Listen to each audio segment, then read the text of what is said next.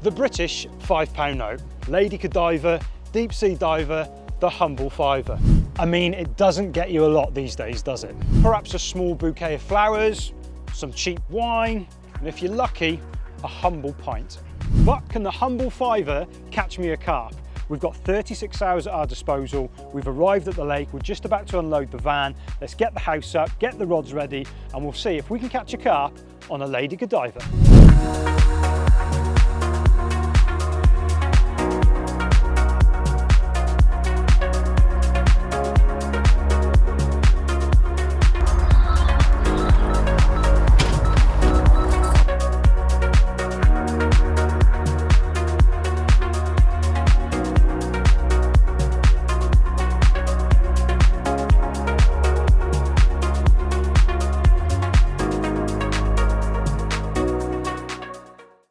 So this session began with a trip to the local supermarket. Apologies for the raindrops on the lens. I needed hook baits and I needed feed.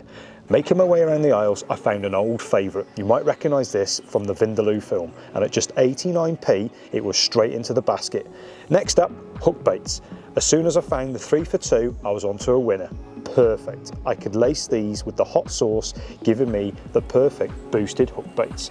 After a long debate in the aisle, peanuts, hard corn and cashew nuts was the choice. Keeping an eye on the spend with my phone, I was still in budget and having enough left for the classic carp bait of chickpeas and sweet corn. All coming in at just £4.77. Not bad at all. That was a pretty good haul for under a fiver. Once home, it was time for the prep. Chickpeas having a good old boil. The sweet corn and the chickpeas will be making up most of the feed bait. Next up was the hook baits prep. The chickpeas and the nuts getting a good lashing of the hot sauce, giving me the perfect hook baits to fish over the top of the feed. All that was left to do now was get down the lake and set up. So yeah, do you know what? I was really impressed what you can get for a fiver, or under a fiver. What to come at, $4.77? So plenty of options going forward, lots of different hook baits to mess about with. Plus I've got 2 large cans of corn and plenty of sort of chickpeas as well. So it's an area I can work with. I can get a few handfuls of bait over the rig as opposed to fishing little hook, little singles and mesh bags and things like that. But in terms of the session and where we're at, so we're at my local syndicate in Shropshire, a beautiful lake, just under 7 acres. It's got everything from islands to pads to little bays, overhanging trees.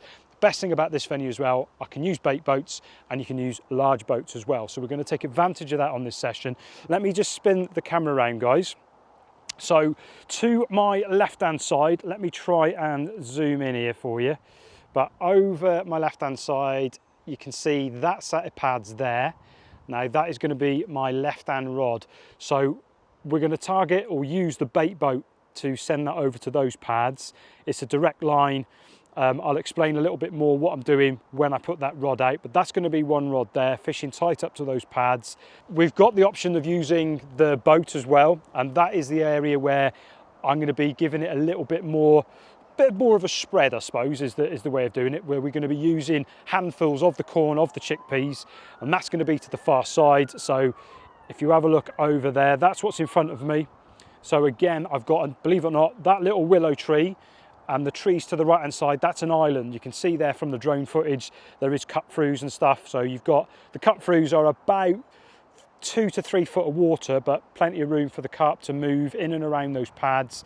That will be holding carp, especially all those overhanging bushes as well. So we're going to be dropping the rigs from the boat on that rod. So I'm going to be going over there in the little vessel, hand placing where I want the freebies, and then just popping the rig over the top of that. That's going to be the middle rod. Now in terms of the right hand rod, if I just spin you around here, I've got a lovely willow tree there in the water, and that 100% cries carp. So we're going to be putting the right hand rod just off the tip of there. That's going to be hovering about 13-14 foot of water just off those tips, because the water is down at the moment. So that's going to be my right hand rod. I'm going to probably use that using a baiting spoon, or a baiting pole should we say. I just feel the baiting pole at this sort of range, you've just got a lot more control, and I can tip it where I want it. So we're going to use that via the baiting sort of pole. And that basically, guys, gives you an idea of how we're going to go about it. So first things first, I reckon, let's get this pad rod sorted and get the rigs out, because time is ticking. So it was the middle rod to be sorted first, armed with the sweet corn and the chickpeas, ready to go over the rig. The hook bait being a cashew nut and peanut combo, the first time I've ever used that one. And if you look really closely already, there's a carp sitting on the edge of the pads there. I am now in the boat, so I'm going to turn the motor off, but this is 100%. You can see that there. See those plumes? That was carp. I've literally just disturbed them. So they're here, they've been here. And if they've been here, they will revisit. They use this channel, there's no two ways about it, and get around these pads. So I want to be able to land what I'm hooking. So I think what I'm going to do is bait this area here. This area. I'm in about 5 foot here, but I'm not going to go mad because, you know, we have got, but I just think here.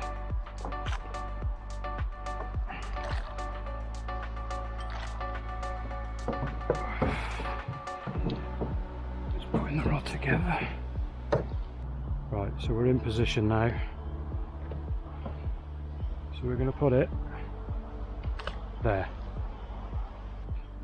Just peeling the line off nice and easy, like you see there, and we'll head back to shore. Job done, and it was back to the swim. Rod on the rest, and I've got the first one angling. Next up, the bait boat rod. Well, it wouldn't be a session if there wasn't a mishap. Klutz of the ears, kicked over the chickpeas, not ideal when you're on bait rations. Anyways, let's get on with this bait boat rod. So that's the far margin rod sorted, the area with a little bit of spread on it as well, with the nut as the hook bait. So coming away from the nut now, we're moving on to this one, which is the salted corn canyons. Now, I've never had a carp bait I can actually eat, which is really nice. Oh god, they're so good. You can probably hear me crunching now on the mic, can't you? Apologies. That's so nice. Right, so excuse me eating. These have been fried, and the beauty of them, because these have been fried and aired out, they now pop up. So I can fish these as a pop-up, which is ideal. Really, really cool, that is. So I'm going to try an old school technique where I'm going to be putting a shot between the bend of the hook and the hook bait. So if you like, the hook is on the bottom of the lake, but it's the bait that's going to be slightly popped up. Not much, probably 2 or 3 mil off the deck. And I'll probably put a stack of these, probably 3 in a row, and then just literally pop those 3 little stacks up, just so in the carp's faces, so it just sits above the sort of freebies where the bait boat's going to drop, because obviously this is going to be the sort of clumped area of bait next to those pads. So I'm going to have these sitting nice and proud. So we're going to make a rig now quickly, yeah, and get these out there in the boat and on the spot. So I'm priming the bait boat here, filling up the hoppers. The left is going to be with the rig and a small handful of freebies. The right hopper is the bait that's going to be dropping over the rig. Basically, what I do, I drop the left-hand hopper with the bait in it. That obviously swings back slightly because I always feel it down on a tight line. I then reverse the bait boat back 2 foot, hit the hopper, and those freebies drop directly over the rig. So here we go, bait boat in position, and it's bombs away, and that is, for me, the second rod sorted, and we're angling.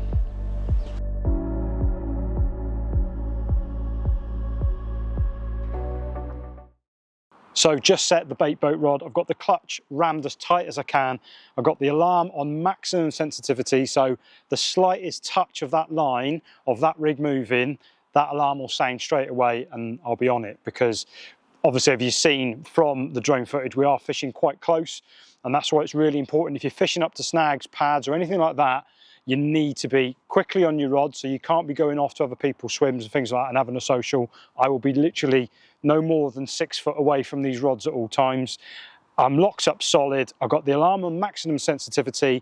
I've got 20-pound line on as well, so really, really strong Exocet line, which is perfect for these sort of scenarios, which I do happen to fish now and again, to be fair. So all in all, the bait boat rod, the pad rod is set and cocked and ready for that pickup. So now the attention turns to the right-hand rod, which is going to be to that willow just over my right hand shoulder there. The rod is fishing at the moment. I saw a few bubbles earlier, probably about 40 yards out, and I just had to put a rig on them just in case, but nothing has materialized from that. So we'll get that rod in now, get the chickpeas, get the bait, get it in the spoon, and we're going to bait in pole that rig by those willows. Same scenario as this rod. We're going to be fishing locked up tight, alarm on maximum sensitivity, and that is the ideal scenario when you're fishing up to branches in the water and obviously pads. So yeah, let's get that rod in and get the final rod out for the evening.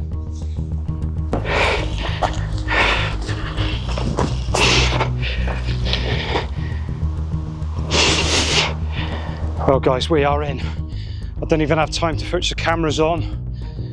The right hand rod is still fishing. I was just about to wind it in to get the baiting pole out, to put it by the willow, and the rod that we've put out on the baited patch just literally probably been out an hour, if that. But yeah, that baited patch across the far side has come good already. That is unbelievable. Unbelievable. This is the nut. This is on the nuts. That cashew nut tipped on the back with a peanut in that glugged hot oil, and we are in. I can't believe it. What an amazing start. I hope it doesn't take out the bait boat rod that I've just put out now. Wow. If we can get this in, what an absolute start that is on.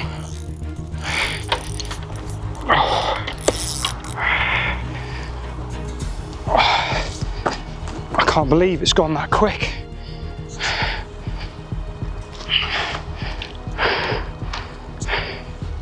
I don't think he's got too much fight left in him. What do you reckon, Henry? He's banging his head. Come on, oh there he is. There he is. Get in there. Yes! Oh wow! Henry, we got one. We got one, mate. As quick as that. Oh, yes, Henry. We got one, buddy.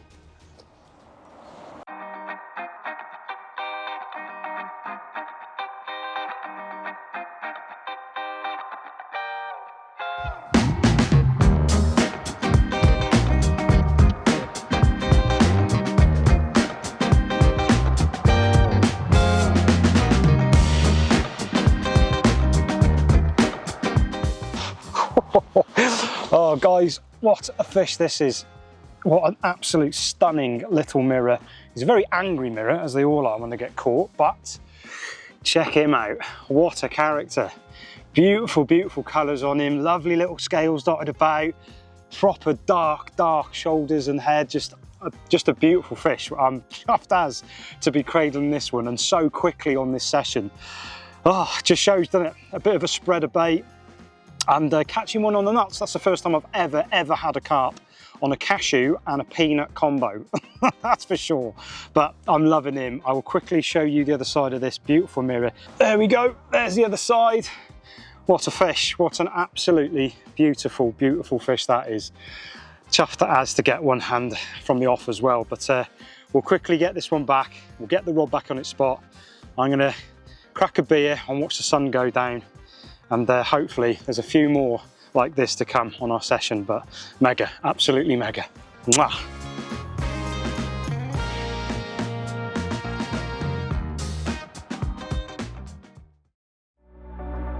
So the far willow rod was sorted and back on the money. Now it was the baiting pole to the willow rod, a small amount of chickpeas and sweet corn, marrying that up with a double chickpea hook bait, shipped out onto the spot, and we were ready for the night ahead.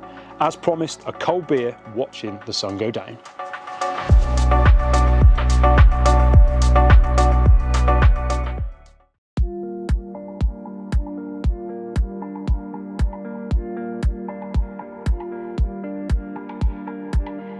Well, a very good morning, folks, and it is set to be a beautiful day here in the Shire.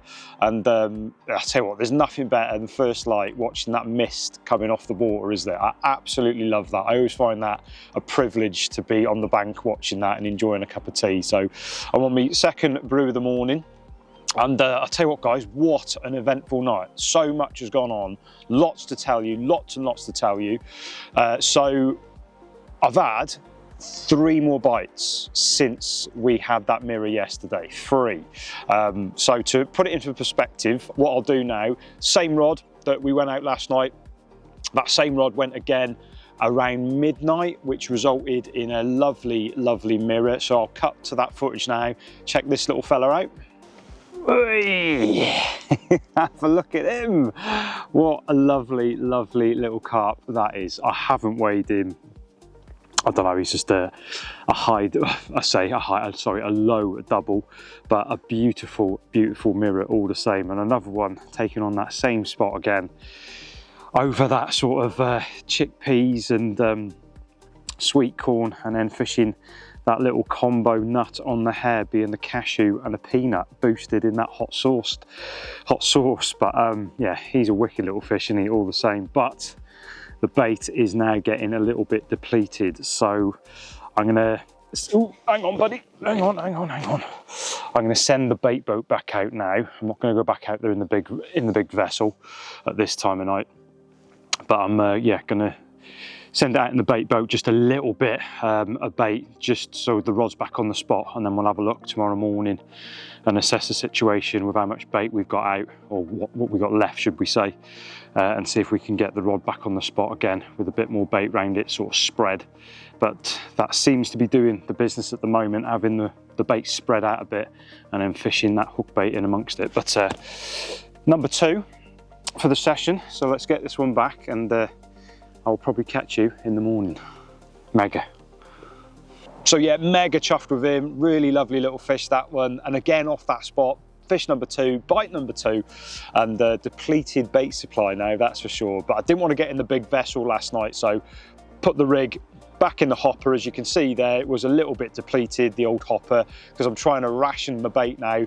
As you know, we haven't got too much of the session left really, so I'm trying to ration it out so it gives me a chance to get more bites. So sent that out on its way, dropped it, and within, I don't know, what would it be, sort of, I think it was around 3 AM, same rod goes again, which resulted in this lovely little mirror in the net. I didn't get the cameras out and filming, I just filmed it in the net, but a lovely little fully plated mirror there. Wasn't big, it was a scraper 10-pounder at best. It was probably about 9 pound if I'm honest, something like that, but a lovely little fish all the same. Bite number 3, so mega chuffed with that. And then I've lost one this morning as well. So the left-hand rod, the one that's up against the pads, that took off this morning. I was on it within 5 seconds max. And it's, as you're fishing the snags and fishing pads, it is hit and hold. I held the rod, I felt the fish pulling and pulling and pulling and charging, trying to get to those pads. And I just had to hold the rod, knowing that if he got there, I'd lose him anyway. But I hit and hold and hook pull. And, you know, that is unfortunately the name of the game when you're fishing up to snags and pads. You're hoping you can sort of steer them out and sort of pull them away from where they're trying to get to. But sometimes you just get those pickups where the fish just absolutely charge, and that's what it was doing. I couldn't turn him, couldn't stop him, and yeah, hook pulled unfortunately. But yeah, so the fish is one to the good, but more importantly, 3 bites or 3 fish and 4 bites. So, you know, I can't be moaning at that. It's really, really good. I am getting a bit greedy now though. I do want to try and get in amongst a couple of the bigger fish. So my target before I leave is trying to catch a 20-pounder. That is what I'm trying to do. So I buzzed the rods back out there last night. I sort of flicked it back in the area. I haven't been sort of precisioned baiting or precision putting the rigs out, so I'm going to redo all rods this morning. The only thing I'm going to change is the right hand rod, because it's been completely quiet since I've got here, which we've had it down to that willow to the right. I'm going to put that long as well. Obviously we've had 3 bites now over that far side, so I do think there's a lot of fish over there around those pads, around that island, so I'm going to put the right hand rod to the right of the island. So I'm not interfering with the spot that we've got rocking and fish visiting, because I do think we're going to get another bite off that one, but I'm going to put the right hand rod to the other side of the island, which sort of goes into the back bay, if that makes sense. So we're going to put that one there. But as I said, we are a little bit depleted now on the old bait supply, so I think after I've redone the rods this morning, I'm pretty sure that's going to be it now. Any more fish after that, I'm going to be fishing singles, or I might get away with one handful of bait, possibly. But either way now, we're staring down the barrel of running out of my £4.77 bait supply. But with 4 bites to the good, that's the main thing. So less waffling. I'm going to stick the pan on now. Time for a bacon butty, I think, and another brew, and then we'll go to work on the rods and set ourselves up for the rest of the day. That's the plan of action anyway.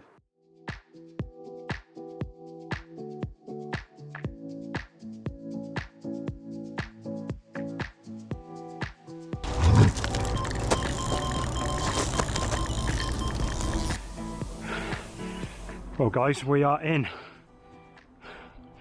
on the rod to the left hand side of the island, the middle rod, the one we've had all the action on.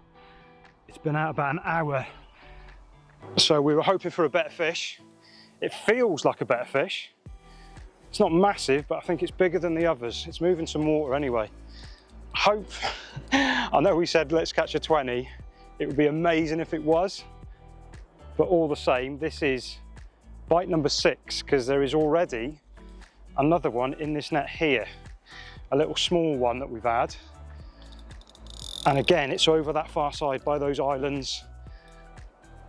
But yeah, if we can get this one in as well, it's turning into a bit of a red letter session, and on a method that's cost me a £5.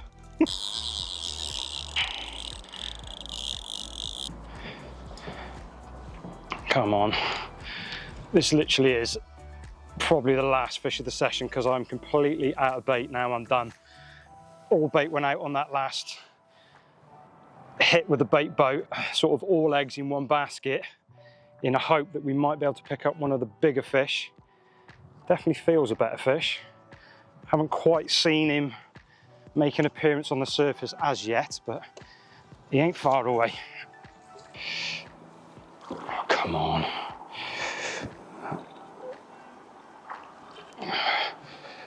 Fucking getting that now. Oh, yes. Yes. That looks a good one. That looks a 20-pounder. Wow, how's your luck? What a morning. Absolute carnage, ridiculous. Never in my wildest dreams did I think I'll be having sort of 6 or 7 bites on a £5. Absolutely mad, but they're on it. There's no two ways about it. Looks a good, it looks a decent fish, this one as well. We said we wanted to finish on a 20. It looks like we have. It looks an absolute perler. I've currently got Hound Dog Henry keeping tabs on both fish, because we had a smaller one about 20 minutes before as well. So yeah, a bit of a carnage sort of finish, but either way, we're chuffed as we're going to be finishing on that 20-pounder just like we wanted. So yeah, I'll go and relieve the hound of his duties, and we'll catch you on the unhooking mat.